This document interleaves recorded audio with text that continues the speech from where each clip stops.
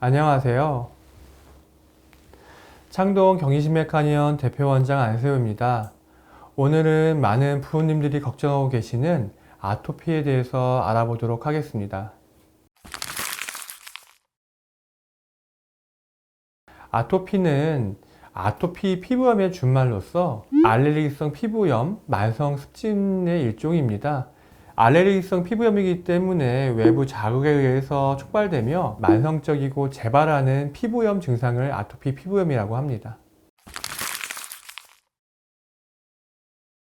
이제 알레르기성 피부염 증상들로부터 여러 가지가 기인하게 되는데요. 그 원인을 살펴보게 되면 아토피의 환경적인 요인, 그리고 유전적인 요인, 피부 장벽의 이상, 그리고 면역학적인 이상, 이렇게 네 가지를 분류할 수가 있습니다. 환경적인 요인은 알레르기성 피부염이기 때문에 예를 들어서 매연이라든지 황사라든지 아니면 우리가 먹는 식품 첨가물들, 이런 것들 때문에 아토피가 촉발되는 것들이 있고요. 또 유전적인 요인은 통계적으로 봤을 때 부모님 중 한 분이 아토피가 있으면 자제분이 아토피가 있을 가능성이 50%이고 부모님 두 분 다 아토피가 있으면 자녀분이 아토피가 있을 가능성이 75%나 된다고 합니다. 면역학적인 이상은 아토피 환자분들을 보면 80% 이상에서 면역학적인 이상이 보이고 혈청의 면역 글로불린 E가 증가되어 있는 것을 관찰할 수가 있습니다. 그래서 어떤 외부의 항원이 들어왔을 때 좀 더 민감하게 반응하게 되는 거죠.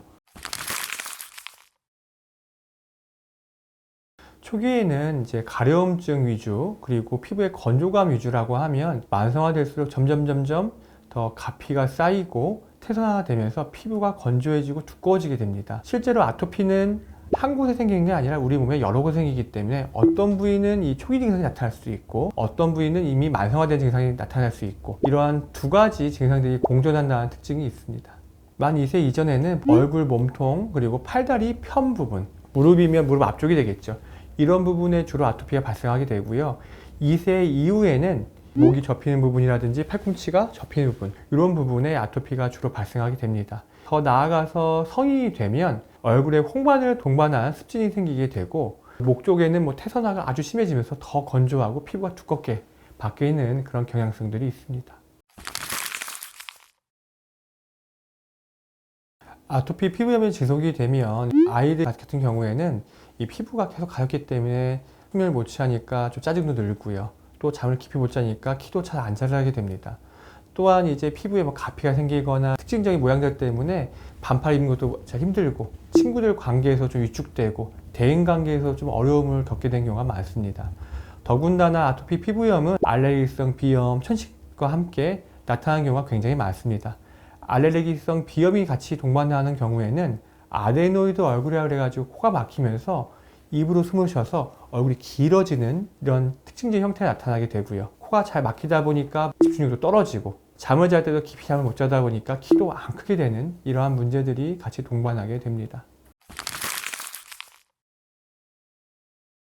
아토피의 진단 기준 중 주 진단 기준 2가지 이상, 보조 진단 기준 중 4가지 이상을 만족하면 아토피로 진단할 수가 있습니다. 주 증상 기준을 살펴보게 되면 가려움증을 동반한 소양감이 극심한 게 하나고요. 그리고 특징적인 피부형, 모양, 부위. 2세 이전에는 아까 말씀드렸던 피부 바깥쪽, 그러니까 접히는 곳 바깥쪽, 그리고 2세 이후에는 접혀지는 쪽, 이쪽에 이제 이 피부염이 생긴다는 거고요.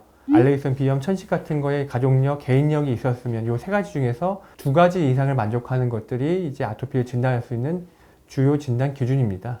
지금 띄워드리는 화면에 보조 진단 기준 중에서 4가지 이상을 만족하면 아토피를 또 진단할 수가 있습니다. 이런 것들이 있으시다면 꼭 병원에 오셔서 상담받고 치료받아 보시는 것이 좋습니다.